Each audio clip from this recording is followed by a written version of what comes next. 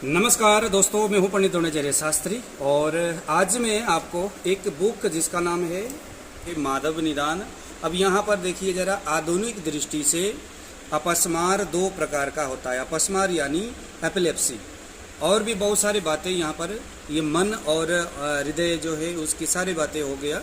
यहाँ पर लिखा है आधुनिक दृष्टि से मिर्गी दो प्रकार का होता है, एक सिम्टोमेटिक प्रॉब्लम, दूसरा एडियोपैथिक एपिलेप्सी। सिम्टोमेटिक एपिलेप्सी और एडियोपैथिक एपिलेप्सी। तो जो लाक्षणिक मिर्गी जिसको सिम्टोमेटिक एपिलेप्सी बोलते हैं वो आघात का मतलब है कहीं चोट लग जाने से, चाहे वो मस्तिष्क में लगे या शरीर के किसी हिस्से में लगे, तो भयानक चोट लगने के वजह से या चोट लगने के 2 साल के बाद अक्सर मिर्गी का दौरा आता है। तो उस आघात के कारण से लाक्षणिक, उसको सिम्टोमेटिक एपिलेप्सी बोलते हैं। हृदय की व्यथा, रक्तवाहिनी और मस्तिष्क के रोग एवं विषमयता जैसे कारणों से ये सिम्टोमेटिक एपिलेप्सी होता है, और कारण का ज्ञात होते हुए इसमें अंगीय विकृति भी स्पष्ट रूप से दृष्टिगोचर होता है। यानी कि वो एपिलेप्सी, वह डिजीज मिर्गी का, वह पेशेंट जिसने कभी MRI, EEG या कोई इस तरह के CT स्कैन टाइप का कुछ किया और वहाँ पर जो अगर कुछ नज़र आता है ब्रेन में, या उसको लगता है कि यार यह इस समस्या से मुझे एपिलेप्सी हो रहा है, तो उसको 1 नंबर में सिम्टोमेटिक एपिलेप्सी कह करके उसको यहाँ पर एक संबोधन किया गया है। अब ये दूसरा आता है बहुत भयानक, इसको बोलते हैं एडियोपैथिक एपिलेप्सी, यानी अनैमित्तिक और अज्ञानत कारण जन्य अपस्मार। अब ये जो है इसको समझना बहुत ज़रूरी है, और यही जो एपिलेप्सी है न तो डॉक्टर के समझ में आ रहा है, न वैद्यों के समझ में आ रहा है, किसी के समझ में नहीं आ रहा है। इसके विषय में क्या बोला है ग्रंथकार ने, उसको समझना जरूरी है। यहाँ लिखा है इसे शुद्ध मानसिक अपस्मार भी कहा जाता है। मतलब कि यह एक तरह का मानसिक अपस्मार है जो मन के द्वारा इंसान के शरीर में उपजा हुआ एक समस्या है जो अपस्मार के रूप में दिख रहा है। साधारणतया अपस्मार कहने से इसका ही बोध होता है, इसका कोई स्पष्ट कारण नहीं दिखता। ये देखिए जरा, यह जो एडियोपैथिक एपिलेप्सी है या अनैमित्तिक अपस्मार है, इसका कोई भी स्पष्ट कारण कि किस कारण से इसको एपिलेप्सी हुआ है न तो कभी डॉक्टर पेशेंट को बता पा रहा है, न कोई वैद्य पेशेंट को बता पा रहा है, और न तो मस्तिष्क में किसी प्रकार की अंगीय विकृति ही दृष्टिगोचर होता है। ब्रेन के किसी भी हिस्से में किसी भी प्रकार का कोई समस्या, कोई खराबी कुछ नहीं होता। डॉक्टर बोलता है कि भाई रिपोर्ट तो बिल्कुल ठीक है, लेकिन ये जो आप मेडिसिन खा लो, वो मेडिसिन होता है नींद की गोली। क्योंकि जब पेशेंट डॉक्टर के पास जाता है, पेशेंट बोलता है मुझे समस्या है, डॉक्टर ने कुछ ना कुछ तो करना ही है, तो क्या करेगा, जब समझ में ना आए तो वो फिर एपिलेप्सी के मरीजों को नींद की गोली दे देते हैं, क्योंकि वो बेचारे मजबूर है। क्योंकि इसका कोई स्पष्ट कारण नहीं दिखता। अभी तक इसके निश्चित कारण का कोई ज्ञान नहीं हो सका है। फिर भी कतिपय आधुनिक विद्वानों का मत है कि शरीर के समवर्त यानी कि मेटाबॉलिज्म की जो क्रिया है उससे रोगी के रक्त में एक विशिष्ट प्रकार का विष यानी जहर उत्पन्न होता है। इसको जरा अब आपको ध्यान से समझना होगा।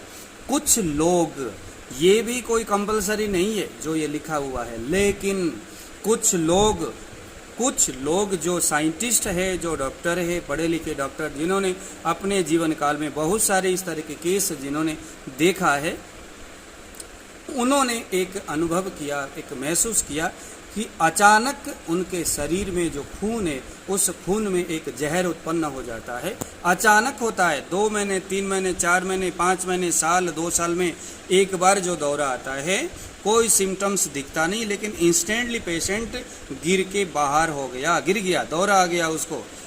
ठीक है, तो उसका कारण क्या है, लिखा हुआ है कि उसके शरीर में अचानक जहर उत्पन्न हो जाता है, जिसे कोलिन कह के जाना जाता है। इस विष की उत्पत्ति कैसे होती है, इसके बारे में भी देखो जरा। ये मैं ग्रंथ की बात कर रहा हूँ, मैं अपने मन से नहीं। माधव निदान नाम का ग्रंथ है, लिखा हुआ है कि वो जहर जो इंस्टेंटली उसके शरीर में उत्पन्न होता है वो विष क्या है, किस तरह से उत्पन्न होता है, कहाँ से होता है, उसका मुख्य स्रोत क्या है, कारण क्या है, किस वजह से वो उत्पन्न हो रहा है उस रोगी में, इसका कोई भी ज्ञान अभी तक किसी को नहीं है।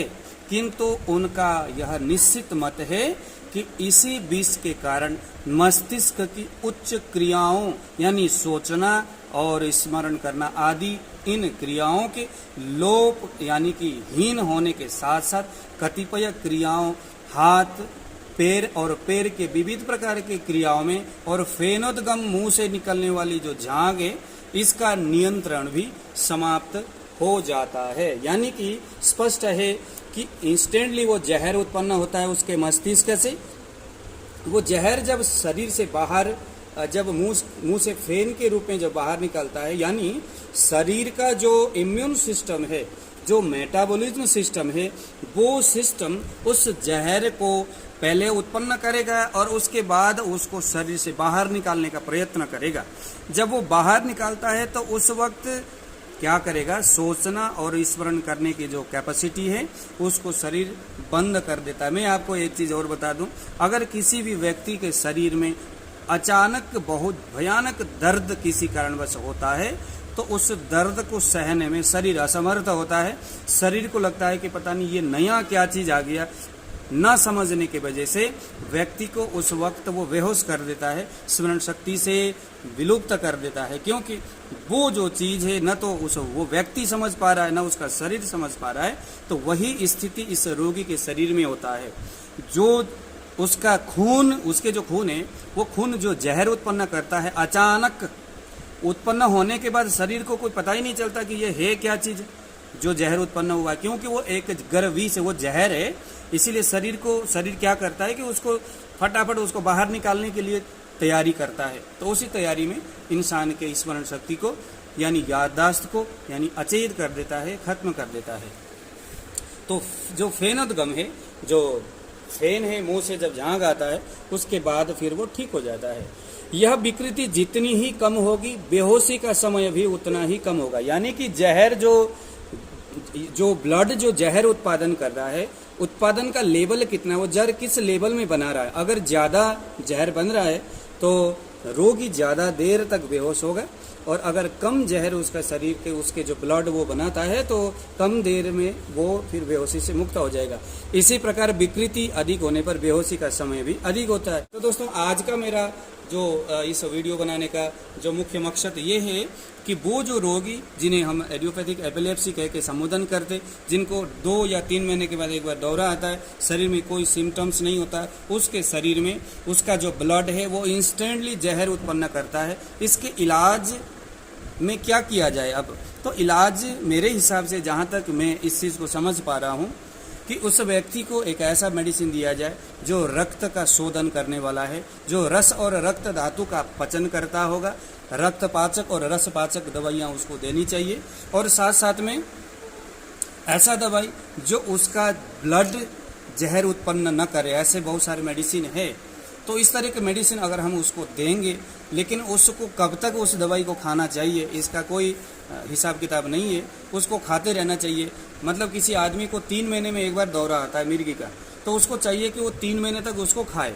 एक बार खाए, अगर दौरा आता है तो दोबारा कंटिन्यू उस दवाई को खाते रहे। तो 6 महीने तक खाया, तो उसके बाद देखा कि भाई ये मेडिसिन का प्रभाव दौरा आते वक्त दिखता है कि नहीं दिखता। इसको देख करके वो मेडिसिन कब तक खाना है उसने उसको डिसाइड करना है। तो अगर आप इस तरह से सोचते हो अपनी समस्या में, तो निश्चित आप मेरे से संपर्क कीजिएगा। मैं आपको रस और रक्तपाचक दवाई के साथ साथ आपके ब्लड में उत्पन्न होने वाला जो जहर है, जिसको कोलिन कहा जाता है, वो उत्पन्न न हो इस दिशा में हम प्रयत्न करेंगे, और रक्तगत उस इंस्टेंटली उत्पन्न होने वाले जहर को प्रयास करेंगे कि आपके रक्त जो है उस जहर को उत्पन्न ना करे। इस दिशा में हम आपके लिए हेल्प करेंगे। तो आज दीजिए विदा। आने वाले समय में इसी प्रकार के मानव निदान और अन्य आयुर्वेदिक ग्रंथों के अंतर्गत आने वाली इस तरह की जो डिजीज है उसके विषय में हम चर्चा करेंगे।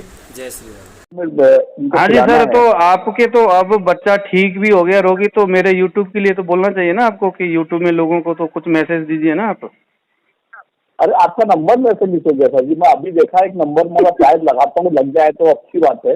हाँ। तो आपका नंबर लग गया। चलिए, अब मेरे YouTube के लोगों को आप संदेश दीजिए कि आपके बच्चे को हमारे यहाँ से दवाई आपने खिलाए और अब पूरी तरह से ठीक है, अब दवाई भी हमारा बंद हो गया। अच्छा अच्छा, ठीक है ना सर जी, ठीक है, बताइए मैं बनाता हूँ बताइए उसको। बताइए, अभी बताइए, ऑडियो में रिकॉर्ड कर रहा हूँ।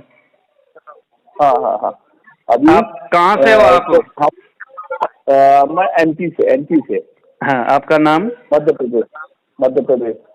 हाँ जी, एक सेकंड। प्रदीप कुमार। हाँ, प्रदीप कुमार। हाँ जी, MP से हो आप? और हाँ जी, आप अपनी प्रदीप कहानी कुमार बताइए नाम। ना, आपने हमारे यहाँ से कब दवाई लिया और लोगों को क्या संदेश देना चाहते हैं जो मिर्गी से सब परेशान है? अगस्त में दवाई ली आपके यहाँ से मैंने। अगस्त में दवाई लेने के बाद में आपने मुझे दवाई भेजा और दवाई आपके बताए अनुसार मैं दवाई चालू किया, उसकी शुरुआत किया। लगभग 3 महीने तक कंटिन्यू उसमें दवाई खाया। उसके बाद में वो बीच में थोड़ा सा उसको प्रॉब्लम आई थी, वो प्रॉब्लम भी हल्की फुल्की थी। उसके बाद में फिर से वो कंटिन्यू, अभी तक तो बिल्कुल ठीक है। उसके बाद में भी अभी आप जो बता रहे हैं दवाई, वो भी दवाई अब बना के सर, ये जो मैंने अभी बताया ये दवाई नहीं है, ये सप्लीमेंट है ये। तो ये सप्लीमेंट है। हाँ, अभी इसको आपने सप्लीमेंट, आपने सप्लीमेंट भी दिया उसमें, तो सप्लीमेंट ही तैयार करके उसको दे रहे हैं। और उसके बाद में अभी तक तो फिलहाल ठीक है वो। अभी ये शारीरिक रूप से, मानसिक रूप से, बौद्धिक रूप से ठीक है ना अब? हाँ हाँ हाँ, अभी ठीक है, शारीरिक मानसिक ठीक है। वीकनेस थोड़ा सा है तो बता दिया था मैंने आपको पहले, इसीलिए आपसे ये संपर्क कर रहा था मैं। अच्छा, हाँ जी हाँ जी, ठीक है सर जी। हाँ जी हाँ जी, ठीक है ठीक है, ओके।